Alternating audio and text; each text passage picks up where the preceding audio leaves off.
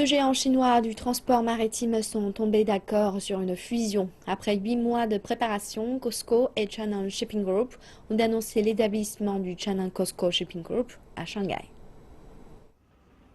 C'est le plan de fusion chinois le plus complexe.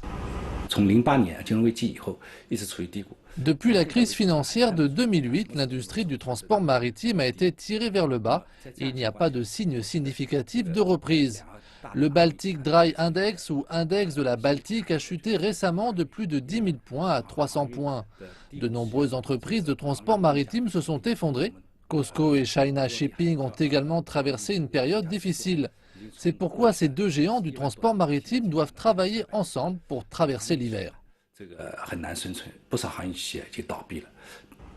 La pression de la compétition était à la fois internationale et domestique. Le chevauchement des activités entre COSCO et China Shipping était évident. Ils étaient tous deux dans les transports et la location de conteneurs dans les ports et les pétroliers. Ils étaient donc en compétition entre eux avec les autres concurrents internationaux. Des ressources nationales étaient donc laissées en désordre et gâchées. 4 entreprises au sein de ces deux géants prendront en charge les différents aspects de l'activité. COSCO deviendra une pure entreprise de transport maritime de conteneurs, la 4e plus importante du monde. China Shipping Development se concentrera sur le transport de pétrole et de gaz, ce qui en fera la 2e plus importante dans le monde.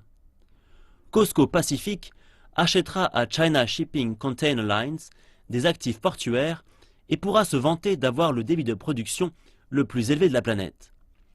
Cette restructuration va permettre de réduire la concurrence irrationnelle entre ces deux géants qui bénéficieront d'importantes économies d'échelle et pourront se concentrer sur la concurrence internationale.